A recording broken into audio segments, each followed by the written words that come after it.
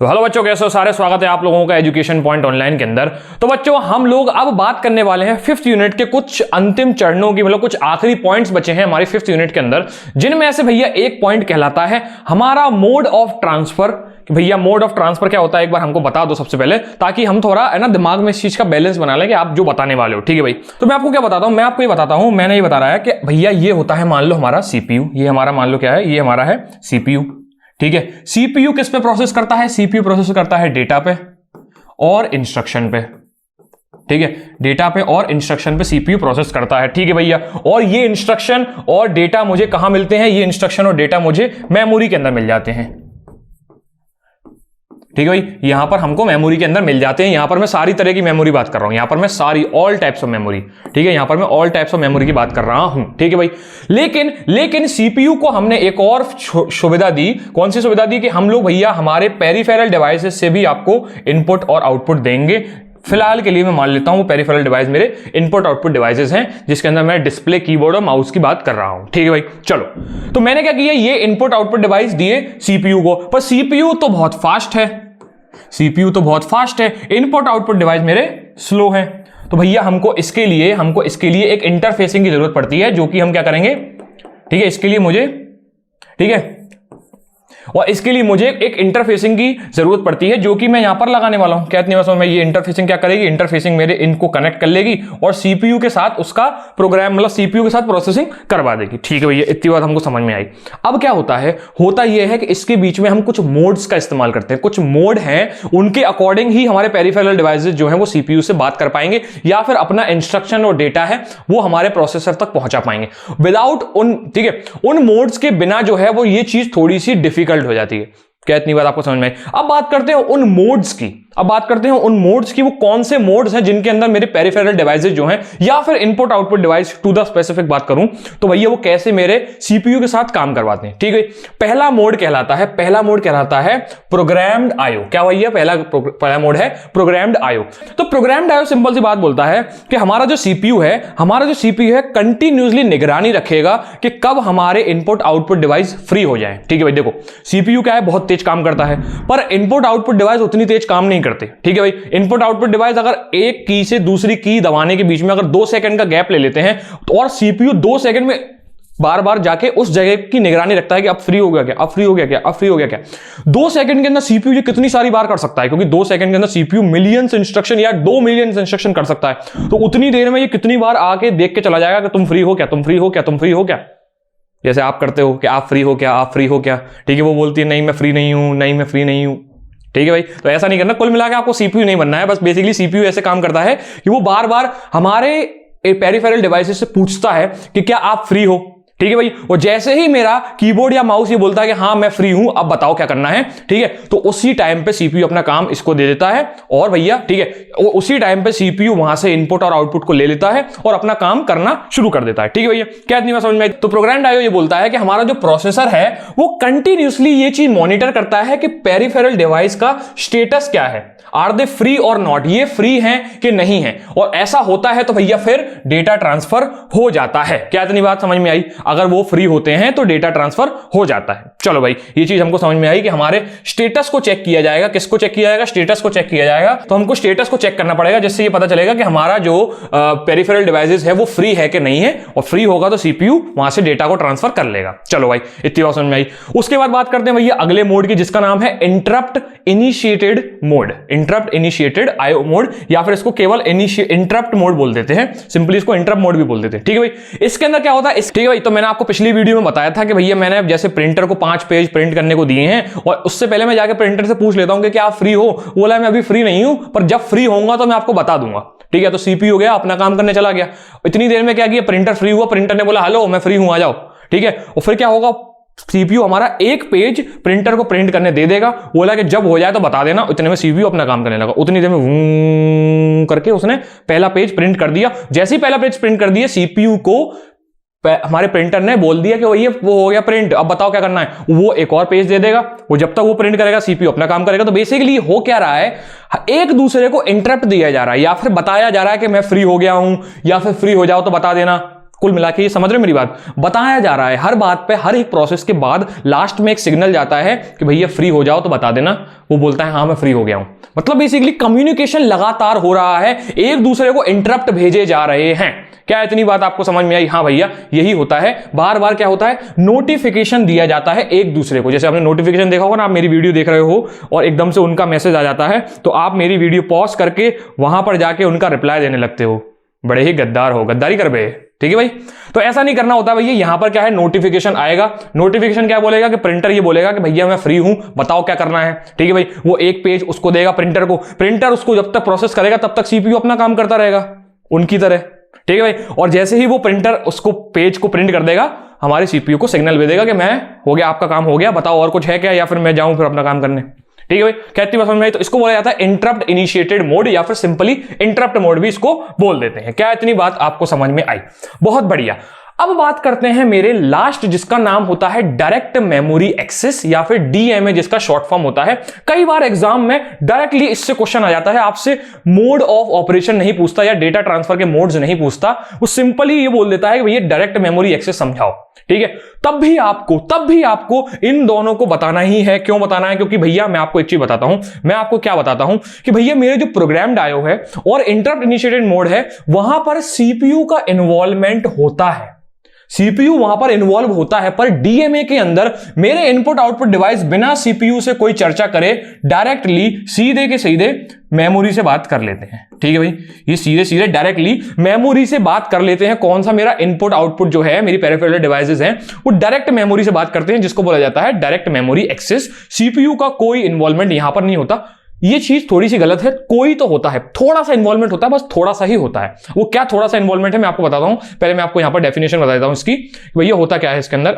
हो जाए भैया, ठीक है भाई। हाँ, तो यहां पर होता क्या है, DMA allow the peripheral device to directly transfer the data from the memory without involving the CPU, ठीक है भाई। सिंपल सी बात यह है कि बिना सीपीयू को इन्वॉल्व करे हमारा डीएमए जो क्या करता है, डीएमए का एक मोड है, ये एक मोड है, ये एक तरीका है क्या करने का भैया, इनपुट आउटपुट का डेटा जो है वो मेमोरी तक पहुंचाने का। समझ रहे हो मेरी बात? यहां पर क्या होता था, यहां पर अभी भी डेटा मेमोरी के अंदर जा रहा है, अभी भी डेटा मेमोरी के अंदर जा रहा है। एक चीज समझो, क्या चीज समझो भैया, मैंने आपको ये बताया कि हमारा क्या होता है, यहां पर सीपीयू होता है, यहां पर सीपीयू होता है, ठीक है, सीपीयू होता है, यहां पर मेरी मेमोरी होती है, ठीक है। मेरा इनपुट और आउटपुट डिवाइस क्या करेगा, डेटा ट्रांसफर कराना चाहता है कहां पर, मेमोरी में करवाना चाहता है, चाहे वो डायरेक्ट सीपीयू के थ्रू भेजे या फिर डायरेक्ट मेमोरी को भेजे, ठीक है। अगर मैं प्रोग्राम्ड आईओ की बात करूंगा तब भी सीपीयू परमिशन देगा और उसके बाद डेटा मेमोरी में ही जाएगा, क्योंकि सीपीयू ज्यादा तेजी से मेमोरी से ही बात करता है, ज्यादा तेजी से सीपीयू सिर्फ मेमोरी से ही बात करता है।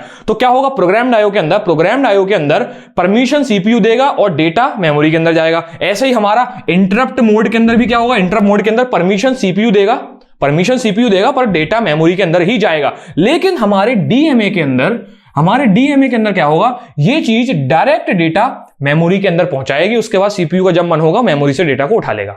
क्या बात समझ में आई? तो डीएमए के अंदर ये चीज डायरेक्ट मेमोरी के अंदर भेजी जाती है, इसलिए इसको डायरेक्ट मेमोरी एक्सेस बोलते हैं। क्या अब ये बात समझ में आई? बहुत बढ़िया, चलो ठीक है भाई। तो डेफिनेशन हमारी यही बोलती है, इसको नोट करो। उसके बाद में डीएमए के अंदर थोड़े से आपको इस चीज के बारे में और बताता हूं, क्योंकि डीएमए का क्वेश्चन कई बार एग्जाम में डायरेक्टली आ जाता है, ठीक है भाई। ये बोल देता है व्हाट इज डीएमए, या फिर बताओ डायरेक्ट मेमोरी एक्सेस क्या होता है, ठीक है भाई। तो इसको आप पहले लिखो, उसके बाद में डीएमए के बारे में आपको थोड़ा सा बताता हूं, ठीक है भाई।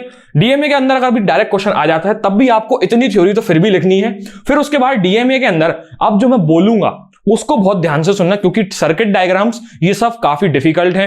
अपना इतना वो नहीं है, अपन तो केवल वो, ठीक है, अपना इतना वो नहीं, अपन एक रात में पढ़ के पास होने वाले लोग हैं। अपन लोग क्या करेंगे, डीएमए के बारे में पढ़ेंगे, उसके बाद जो मैं बोल रहा हूं उसको समझेंगे, फिर एग्जाम में अपनी भाषा में लिख के आएंगे। क्या इतनी बात आपको समझ में आई? बहुत बढ़िया। चलो, तो सबसे पहले मैं आपको ये बताता हूं डीएमए का काम क्या होता है, डीएमए काम कैसे करता है। देखो होता क्या है, ये मेरा सीपीयू के पास एक्सेस रहता है सिस्टम बस का। सिस्टम बस बोले तो मेमोरी बस, ठीक है, सिस्टम बस बोले तो डेटा बस, एड्रेस बस और कंट्रोल बस, इन तीनों को मिला के सिस्टम बस बोल देते हैं। मतलब भैया मेरी एड्रेस बस, मेरी कंट्रोल बस और मेरी डेटा बस को मिलाकर सिस्टम बस बोल देते हैं। क्या इतनी बात आपको समझ में आई? ठीक है भैया। तो मेरी सिस्टम बस का एक्सेस सीपीयू के पास होता है। क्या इतनी बात समझ में आई? यहां पर मेरा इनपुट और आउटपुट डिवाइस को डेटा पहुंचाना है, कहां पर, मेमोरी के अंदर। ठीक है भैया, इसको डेटा पहुंचाना है मेमोरी के अंदर। अब डेटा मेमोरी के अंदर कैसे जाएगा? डेटा बस से। क्या इतनी बात आपको समझ में आई? डेटा मेमोरी के अंदर जाएगा डेटा बस से, पर डेटा बस का एक्सेस तो सीपीयू के पास है।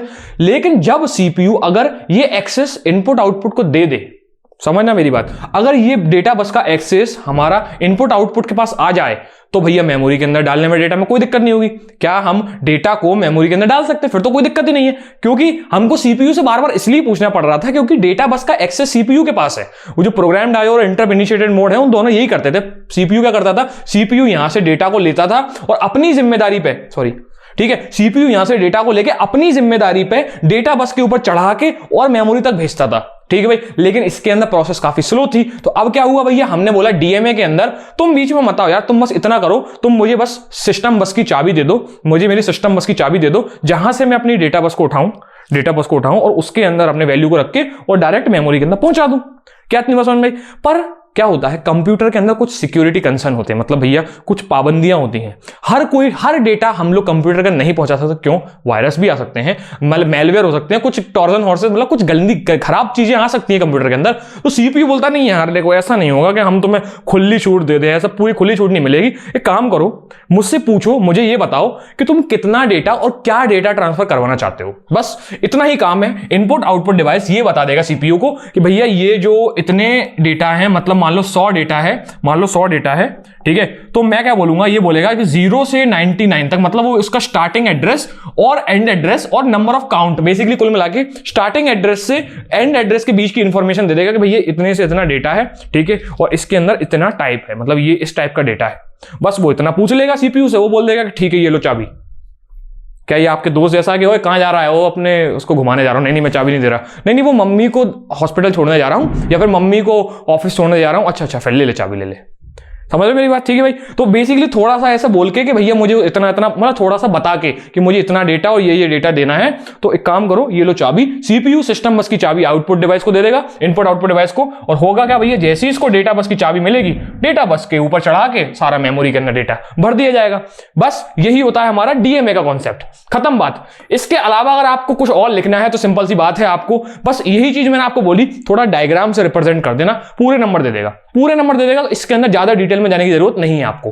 क्यों नहीं है? क्योंकि हम लोग एक रात में पढ़ने वाले लोग हैं, और अगर आपको एक बार में ये चीज समझनी है तो जो मैंने आपको कहानी बोली उसको आपको डायग्राम से बना के आ जाना। डायग्राम से कैसे बताऊंगे? एक जगह बनाना सीपीयू, एक जगह बनाना इनपुट आउटपुट, एक जगह बनाना हमारी मेमोरी, उसमें बताना कि भैया अगर ऐसे जाएगा, सीपीयू से पूछ के जाएगा तो भैया बोलेंगे प्रोग्राम्ड आईओ। दूसरा डायग्राम बनाना, अगर इससे पूछ के फिर से जाएगा और बेसिकली इंटरप्ट ले लेके जाएगा तो इंटरप्ट आईओ मोड। लेकिन डायरेक्ट मेमोरी के अंदर जाएगा तो भैया ये प्रॉब्लम आएगी। तो सिस्टम बस 3-4 लाइनें बना देना, बोल देना ये सिस्टम बस है, इसका access input output peripheral devices को देना पड़ेगा। क्यों? कौन देगा? सीपीयू देगा। सीपीयू जैसे दे देगा काम अपना हो जाएगा, खत्म बात, हो गई बात, हो गया एक रात में समझ में, ठीक है, हो गया ना, समझ में आ गया ना एक बार में, ठीक है भाई। चलो अब अगला बढ़ते हैं, आगे बढ़ते हैं, ठीक है भाई, चलो आगे बढ़ते हैं। अब आगे हम ये पढ़ते हैं कि भैया इंटरफेसिंग इन कीबोर्ड क्या होती है। भैया हमारे ये कुछ लास्ट के टॉपिक बचे हुए हैं, हम अगर सिलेबस देख पा रहे हो तो, ठीक है भाई। तो इंटरफेसिंग इन कीबोर्ड क्या होती है भैया? देखो, ना सिर्फ कीबोर्ड, इंटरफेसिंग कीबोर्ड और इंटरफेसिंग हमारी किसकी? डिस्प्ले की। ये है तो इनपुट आउटपुट डिवाइस ही। समझ मेरी याद आ रही है ना? मैं आपको ये क्यों बता रहा हूं? क्योंकि अब जो मैं पढ़ा रहा हूं, इसके बाद जो मैं पढ़ाऊंगा, मतलब ये टॉपिक और दूसरा इसके बाद वाला टॉपिक, वो थोड़ा सा, जैसे मैंने आपको पीपीआई पढ़ाया ना, प्रोग्रामेबल पेरिफेरल इंटरफेस, उसके अंदर भी क्या हुआ था, मैंने आपको बताया था कि यार सब कुछ बता दूंगा ना तो बहुत टाइम लगेगा, और हमारे पास इतना टाइम भी नहीं है और इतना पढ़ना भी नहीं है। समझ रहे हो मेरी बात? ये दोनों ही टॉपिक, ये वाला और इसके बाद कीबोर्ड और डिस्प्ले के इंटरफेसिंग है, ये दोनों काफी ज्यादा एकदम वाइड टॉपिक है। समझ रहे हो मेरी बात? बहुत कॉम्प्लेक्स है और नहीं आएगा समझ में, नहीं आएगा मतलब नहीं आएगा। नहीं आएगा का मतलब यह है कि हर एक के ऊपर जो है आपको डिटेल में चीजें पढ़ेंगी, उसके बाद जाके मेन कॉन्सेप्ट आपको समझ में आएगा, ठीक है भाई। ना हमको एग्जाम में ये कोई पूछेगा इतना डिटेल में, जो डिटेल में पूछा जा सकता है मैंने आपको बता दिया डीएमए के बारे में, जो नहीं पूछा जाएगा वो मैं आपको बता भी नहीं रहा हूं, ना आपको कंफ्यूज कर रहा हूं, ठीक है भाई। टू द पॉइंट बात याद रखो, जो मैं बता रहा हूं उसको ही आपको घुमा फिरा के हर क्वेश्चन के अंदर घुसेड़ के आना है।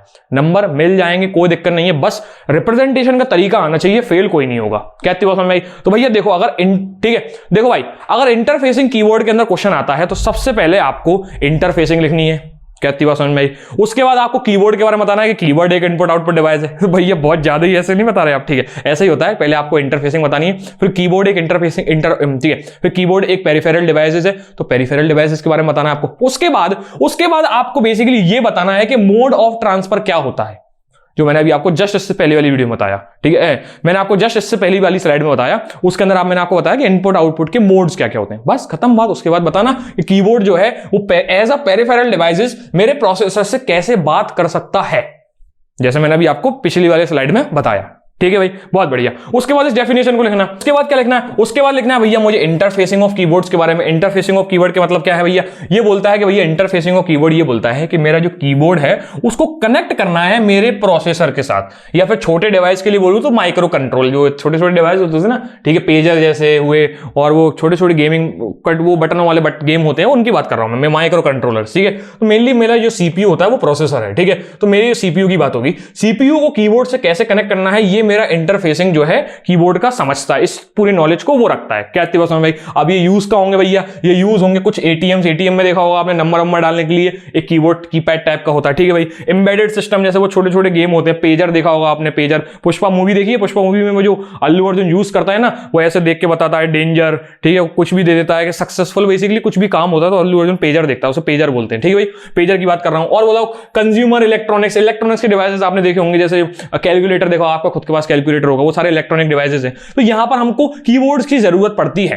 क्या इतनी बात को समझ में आई, ठीक है भाई। तो कीबोर्ड्स की जरूरत कहां पर पड़ती है, आपको ये चीज कहीं ना कहीं अपने क्वेश्चन के आंसर के अंदर लिखनी है, ठीक है भाई। क्या इतनी बात समझ में आई, बहुत बढ़िया बहुत बढ़िया बहुत बढ़िया। इसको नोट कर लो, तो आप एग्जाम में लिखोगे कैसे बिना नोट करे। चलो भाई नोट करो। अब बात करते हैं हमारे कीबोर्ड के टाइप्स क्या क्या होते हैं, मतलब कुल मिला के जब मैंने आपको ये बोला था ना कि सबसे पहले आपको लिखना है इंटरफेसिंग, उसके बाद कीबोर्ड के बारे में लिखना है, तो कीबोर्ड के बारे में आपने लिख लिया, कीबोर्ड के अंदर इंटरफेसिंग क्या होती है। अब कीबोर्ड के टाइप्स क्या क्या होते हैं। टाइप्स भैया हम क्यों पढ़ रहे हैं टाइप्स भैया, क्योंकि हमारा जो एक टाइप है ना मैट्रिक्स कीबोर्ड, इसके बारे में हमारे सिलेबस में दिया हुआ है, तो मैं आपको बता देता हूं, ठीक है भाई।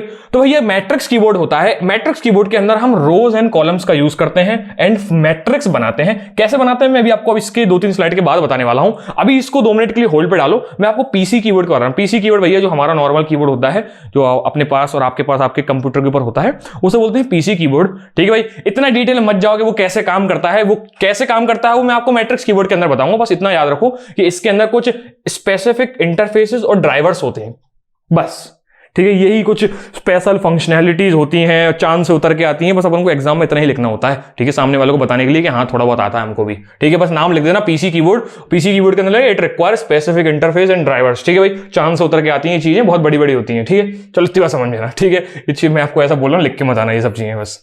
चलो हाँ, उसके बाद बात करते हैं टच कीबोर्ड। टच कीबोर्ड तो आप समझते हो ना, जैसे टच कीबोर्ड आपका जैसा अपना वो देखा होगा आपने, मोबाइल पे कैलकुलेटर देखा, आपके जो स्क्रीन टच मोबाइल है उस पर आपने कैलकुलेटर देखा होगा। मैं आपको दिखाता हूं, जैसे देखो यहां पर मैं कहां पर इमरजेंसी कॉल चालू कर लूं, क्या इमरजेंसी कॉल, ठीक है, ये मान लो मेरा इमरजेंसी कॉल, ये क्या है, ये मेरा टच कीबोर्ड है। टच कीबोर्ड क्या अगर मैं इस पर टाइप करूंगा, ठीक है, तो ये क्या होगा, टच से काम हो रहा है, ये चीज टच से काम हो रही है, यहां पर कोई बटन नहीं है।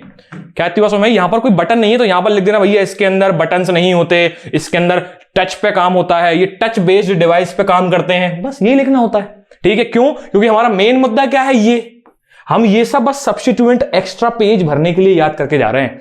ये हम जो एक्स्ट्रा चीजें हैं बस सिर्फ पेज भरने के मुताबिक ही याद करके जा रहे हैं, क्योंकि मेन बात तो इस पे लिखनी है ना, ठीक है भाई। लेकिन थोड़ा सा भरा भरा लगे, थोड़ा सा रिप्रेजेंटेशन अच्छा लगे, तो 2 लाइन लिखने में क्या जाता है, अपना नंबर ही मिलेंगे और क्या होगा। चलो ठीक है भैया, तो हमको बात समझ में आ गई कि मैट्रिक्स कीबोर्ड जो है वो हमको अभी सिलेबस में पढ़ना है, ठीक है भाई, जो कि रोज एंड कॉलम से मिलकर बना होता है। कैसे बनाते हैं अभी हम बनाते हैं, ठीक है भाई। एक यूनिक कॉम्बिनेशन बनाएंगे, ठीक है, यूनिक कॉम्बिनेशन हम आपको बनवाएंगे, ठीक है भाई। चलो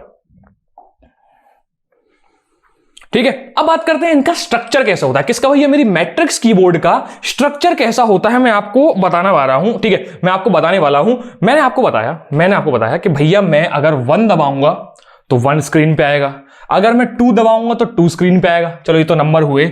अगर मैं A दबाऊंगा तो A स्क्रीन पे आएगा, B दबाऊंगा तो B स्क्रीन पे आएगा, चलो भैया ये तो अल्फाबेट हुए। अगर मान लो मैं स्टार दबाऊंगा तो स्क्रीन के ऊपर स्टार आएगा। नोट पैड खोलना भी या फिर वर्ड पैड खोलना, उस पर जाके ए दबाना तो ए आएगा, बी आएगा तो बी आएगा, स्टार दबाओगे तो स्टार आएगा, ठीक है भाई। ये सारी चीजें हमारे स्क्रीन के ऊपर आ जाती हैं अगर मैं इनको प्रेस करता हूं, ठीक है भाई।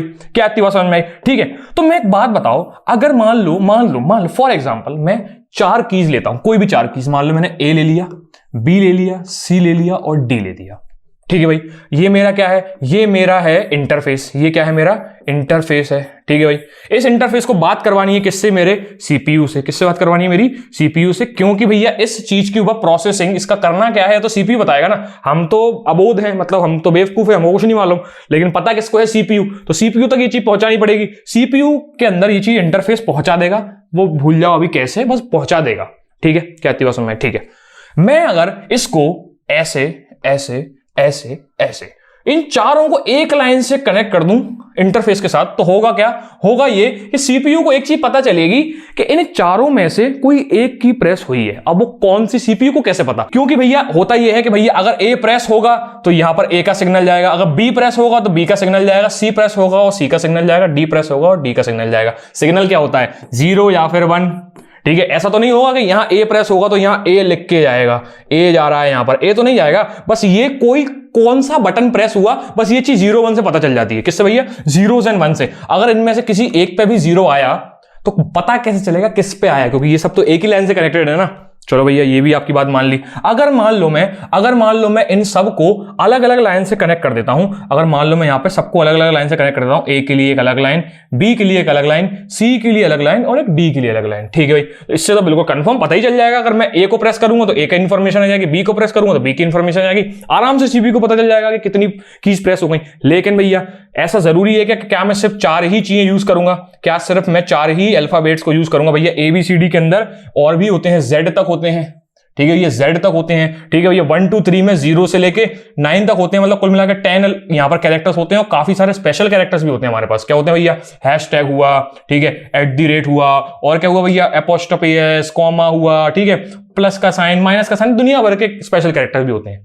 तो इसका मतलब ये है, अगर एक कीवर्ड, मतलब अगर एक की तो एक लाइन, 2 की तो 2 लाइन, अगर 100 की हुई तो क्या 100 लाइंस को यूज करना पड़ेगा? अगर ये बोल रहे हो तो हाँ करना पड़ेगा। क्या इतनी बात समझ में आई? तो भैया 100 लाइंस के लिए मुझे कितना बड़ा पेरिफेरल डिवाइस लेना पड़ेगा? लेकिन पोर्ट तो हमारे पास केवल 3 ही होते हैं। भूल गए क्या? पोर्ट ए, पोर्ट बी और पोर्ट सी, 3 ही तो पोर्ट होते हैं हमारे पास। पिछली वीडियो देखो ना PPI वाली, PPI के अंदर हमारे पास 8255 IC के अंदर केवल 3 ही पोर्ट होते थे। पर हमको तो भैया कितने पोर्ट चाहिए? यहां तो 100 के इक्विवेलेंट पोर्ट चाहिए, 100 के इक्विवेलेंट, क्योंकि 100 कीज है हमारे पास यहां पर। क्या बात समझ आ रही? मतलब जितनी कीज उतने वो।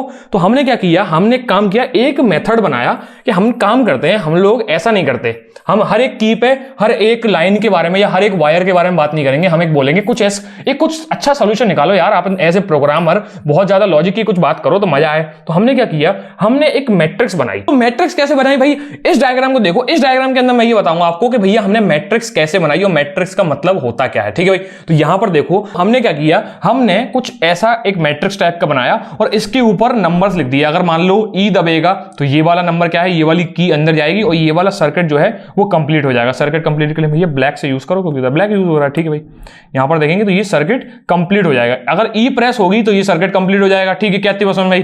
क्या नहीं बात आपको समझ में आई? ठीक है, अगर D प्रेस होगा तो ये सर्किट कंप्लीट हो जाएगा, अगर C प्रेस होगा तो ये सर्किट कंप्लीट हो जाएगा। इसका मतलब क्या है भैया? इसका मतलब क्या है? इसका मतलब ये है, अगर मैं मैट्रिक्स को यूज करूंगा तो 4 वायर्स के कनेक्शन के अंदर मैंने कितने 4 4 जा 16 अल्फाबेट्स को कवर कर लिया। समझना मेरी बात, 4 वायर्स का कॉम्बिनेशन 1 2 3 4।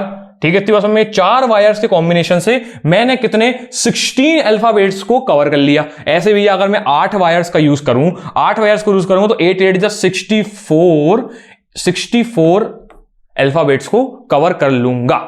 क्या इतनी बात समझ में आई? अगर मैं 16 को यूज करूंगा तो कितना होगा भैया? 16 × 16 हो जाएगा। क्या इतनी बात तो आपको समझ में आई? तो इसका मतलब कम वायर हो जाएंगे और इंफॉर्मेशन ज्यादा प्रोड्यूस होने लगेगी। चलो भैया, ये भी हमको चीज समझ में आ गई। तो भैया आप एक बात बताओ, कहना क्या चाहते हो? कहना ये चाहते हैं हम ये कहना चाहते हैं कि अगर आपको कीबोर्ड के ऊपर इंटरफेसिंग के ऊपर लिखना आ गया तो आपको सबसे पहले वो वाली बात लिखना कि भैया एक लाइन से जाएगा तो क्या होगा। ठीक है, अगर एक लाइन से ट्रांसफर होगा तो क्या होगा, अगर मैं हर एक पॉइंट के लिए एक लाइन दे दूंगा तो क्या होगा, और उसके बाद बात बोलना कि भैया ऐसा सब नहीं होता। हम लोग क्या यूज करते हैं? मैट्रिक्स का यूज करते हैं। मैट्रिक्स में कुछ इस तरह का पोजीशन आ जाती है। ठीक है भाई, अब इसको धीरे धीरे थोड़ा सा समझना, ज्यादा डीप में इसके भी मत जाना, क्योंकि भैया देखो सर्किट को समझने के लिए टाइम लगेगा, टाइम हमारे पास है नहीं। ठीक है भाई, तो यहां पर बहुत ध्यान से देखना, मैं आपको क्या बताने वाला हूं। मैं आपको ये बताऊंगा, ठीक है, सबसे पहले तो मैं कुछ यहां पर व्हाइट कर दूं ताकि आपको ये 0 0 परेशान ना करें। ठीक है भाई, तो पहले इसको मैं व्हाइट कर देता हूं। आप समझने की कोशिश करना, मेरी बात को ध्यान से समझना। ठीक है भाई, मान लो मैं इनमें से कोई एक नंबर या फिर कोई एक अल्फाबेट प्रेस कर देता हूं। मान लो मैंने 9 को प्रेस किया तो 9 प्रेस होगा, तो ये जो मेरा पिस्टन है, समझना मेरी बात, मान लो देखना, यहां पर एक नोड है, यहां पर मेरा एक नोड है ऐसे कनेक्टेड है, यहां पर दूसरा नोड है ऐसे कनेक्टेड है, ठीक है भाई। ये कुछ ऐसा ट्राइंगल बनना है, आप इस जंक्शन पे जरा इस चीज को ध्यान देना, ठीक है। ये वाला पोर्शन मैंने यहां पर आपको जूम इन करके इधर दिखाया है। कहां दिखाया भैया? इस चीज को मैंने यहां पर जूम इन किया है और आपको यहां पर दिखाया है। क्या इतनी बात समझ में? ठीक है। मैं क्या करूंगा, मेरे पास यहां पर एक वायर लगा हुआ है, मेरा मान लो यहां पर की है, मैंने यहां पर की है, हमारी कीबोर्ड की की देखी होगी, उस कीबोर्ड की की के नीचे का ये हिस्सा है और मान लो इसके ऊपर 9 लिखा हुआ है, आपने 9 को प्रेस कर दिया। जैसे ही आप इसको प्रेस करोगे ये चीज दबेगी, ये चीज यहां से दबेगी, ठीक है भाई। ये चीज यहां से दबेगी तो होगा क्या? होगा ये कि ये चीज इससे टच हो जाएगी, ऐसे प्रेस हो जाएगी, ठीक है भाई। होगा ये कि भैया उसके बाद यहां से करंट इधर से फ्लो होने लगेगा और यहां का करंट डायरेक्ट फ्लो होने लगेगा। ऐसा ही होगा, मतलब कुल मिला के सर्किट कंप्लीट हो जाएगा। तो मैंने क्या किया, मैंने यहां पर सर्किट को कंप्लीट कर दिया है। सर्किट को कंप्लीट करने से क्या होगा भैया, मैं आपको बताता हूं सर्किट को कंप्लीट करने से क्या होगा। तो सर्किट को कंप्लीट करने से क्या होगा मैं आपको बताता हूं। सर्किट को कंप्लीट करने से यह होगा कि मान लो मैंने यहां पर सर्किट कंप्लीट किया तो होगा क्या, देखो यहां से आ रहा है करंट वोल्टेज 5 वोल्ट का करंट यहां पर आ रहा है। अगर यहां से करंट आ रहा है तो मैं इसको बोलता हूं 1, समझना मेरी बात। अगर यहां से करंट आ रहा है तो मैं इसको बोलूंगा 1 और इसको बोलूंगा 0, क्योंकि ये सब ग्राउंडेड है। यहां से मैंने इसको ग्राउंड कर दिया, ग्राउंड मतलब कर दिया मतलब वोल्टेज लो कर दिया। तो यहां से जाएगा मेरा 0 0 0 और 0, ठीक है भाई। और यहां से जाएगा 1 1 1 और 1, क्योंकि ये हाई वोल्टेज पे लगा हुआ है और ये लो वोल्टेज पे लगा हुआ है। क्या इतनी बात आपको समझ में? ठीक है भाई, इतनी बात समझ में आई। अगर मैं इसको 9 को प्रेस कर देता हूं, अगर मैं इस 9 को प्रेस कर देता हूं तो होगा क्या, होगा ये कि मेरा जो है करंट जो है, कौन सा करंट, मेरा जो ये करंट है ये यहां से फ्लो होगा और इधर फ्लो होने लगेगा। समझना मेरी बात, ये यहां से फ्लो होकर इधर फ्लो होने लगेगा। तो ये जो 0 है अब हो जाएगा 1, समझना मेरी बात। ये जो 0 है अब हो जाएगा 1, क्योंकि ये 1 जो है यहां ट्रांसफर हो रहा था, जैसे ही ये सर्किट कंप्लीट हुआ ये 1 यहां ट्रांसफर होने लगा। और जो ये 0 जो है वो इधर ट्रांसफर हो रहा था, वो 0 इधर ट्रांसफर हो जाएगा। समझना मेरी बात। अब ये क्या करेगा, ये वाला 0 इसको 0 कर देगा, ठीक है, और ये वाला 1 इसको 1 कर देगा। कुल मिलाकर जैसे ये चीज प्रेस हो जाएगी, ये चीज प्रेस हो जाएगी, ये लो वोल्टेज पे चला जाएगा और ये हाई वोल्टेज पे चला जाएगा। क्या इतनी बात आपको समझ में आई? बहुत बढ़िया, बस इतनी बात आपको समझ में आनी चाहिए। जैसे इसको प्रेस करेंगे, इस की को जैसे प्रेस करेंगे, ये लो वोल्टेज पे चला जाएगा, ये हाई वोल्टेज पे चला जाएगा, ठीक है भाई। क्या इतनी बात आपको समझ में आई? बस अब हम ये चीज पता लगा लेंगे कि इनमें कौन सा डिफरेंस है और इनमें कौन सा डिफरेंस है। क्या इतनी बात आपको समझ में आई कि इनमें डिफरेंस और इनमें डिफरेंस समझ में आ गया भैया। ये 0 है, ये 1 है, ठीक है, पता चल गया कि ये वाली की प्रेस हुई होगी, ठीक है भैया। क्योंकि भैया देखो ये चीज तो हमने करी है, इसके पीछे का लॉजिक जो है, इसके पीछे का लॉजिक जो है वो तो भैया हमारा सीपीयू समझ रहा है ना। सीपीयू को केवल 0 1 समझ में आता है, उसको नहीं दिख रहा कि आपने 9 प्रेस किया है कि 10 प्रेस किया है, ठीक है भाई। आप उसको तो बस ये मालूम है कि भैया यहां पर सब 0 थे पर आप 1 हो, पर यहां पर क्या है, सब 1 है पर आप 0 हो, ठीक है भैया। ऑल दो ये चीज थोड़ी सी कॉम्प्लिकेटेड और होती है, पर मैं आपको वो सब नहीं बता रहा हूं, ठीक है। थोड़ी सी वो कॉम्प्लिकेटेड होती है, यहां पर हम एक एक करके 0 को 1 टेस्ट करते चलते हैं, समझना मेरी बात। होता है इसके थोड़ा सा आगे भी, ठीक है। यहां पर हम एक एक करके यहां पर 1 डाल देते हैं, ठीक है, यहां पर 1 डाल देते हैं, बाकी सब कुछ 0 डाल देते हैं। और एक चीज, एक लेयर और आती है चेकिंग की, पर मैं आपको उसको टच नहीं करने दे रहा हूं। मैं आपको सिंपल सी बोल रहा हूं, सीपीयू ये देखेगा कि भैया सवरे 0 है पर आप 1 हो, और यहां पर सवरे 1 है और आप 0 हो, तो इसका मतलब शायद आप प्रेस हुए होगे, आप प्रेस हुए हो ना, आप हुए हो ना। नहीं, वो कह रहा है झूठ बोल रहा है, तो भैया बोलेगा हाँ मैं प्रेस हुआ हूं, ठीक है भाई। तो ये प्रेस हुआ था, ये चीज हमको पता चल गई।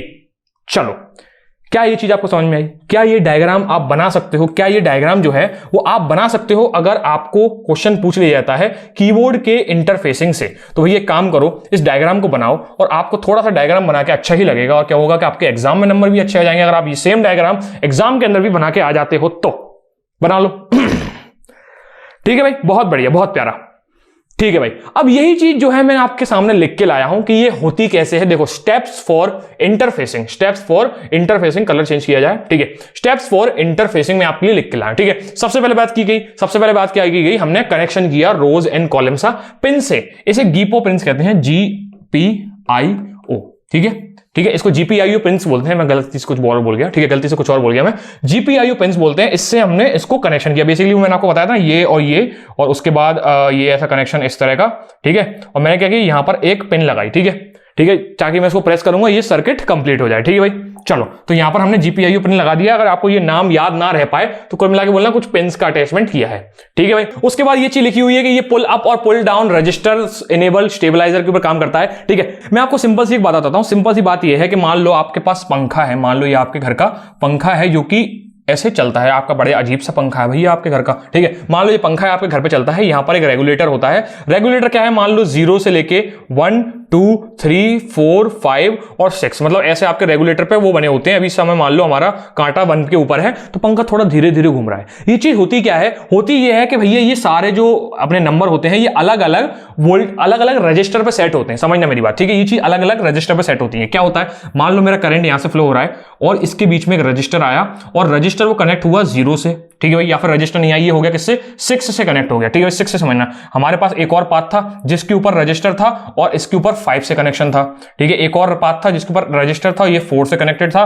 और मान लो और भी होते, पर यहां पर एक लाया जिससे कोई रजिस्टर का कनेक्शन नहीं था, ठीक है भाई। क्या समझ में, 0 पे करंट डायरेक्ट बहेगा, कोई हर्डल नहीं है। रजिस्टर मतलब हर्डल, ठीक है भाई। जब आप जाते हो ना स्पीड ब्रेकर पे, तो स्पीड ब्रेकर पे ऐसे ढचके आते हैं, तो आपको स्पीड स्लो करनी पड़ती है, ठीक है भाई। ऐसी करंट यहां से आएगा। अगर करंट इस पाथ को पकड़ेगा तो कोई स्पीड ब्रेकर नहीं है, डायरेक्ट पंखा फुल घूमेगा, ठीक है भाई। ठीक है, मैंने उल्टा बोल दिया क्या, मैं थोड़ा सा उल्टा बोल दिया, उल्टा। इसको थोड़ा सा ऐसे लिखो 0, ठीक है, सॉरी, इसको बोलो 0 1 2 और ऐसे ऐसे करके यहां पर 5, ठीक है भाई। यहां पर 5 है। 0 पे क्या होगा भैया, बंद हो जाएगा, कुल मिला के हमारा पंखा बंद हो जाएगा। 1 पे क्या होगा, थोड़ा धीरे घूमेगा। 2 पे घूमेगा, थोड़ा सा और तेज घूमेगा। 5 पे बहुत तेजी से घूमेगा। करंट अगर आएगा 5 वाले नंबर से तो इस वाले पाथ को पकड़ेगा, कोई हर्डल नहीं है, तेज घूमेगा। अगर इस पाथ को पकड़ेगा तो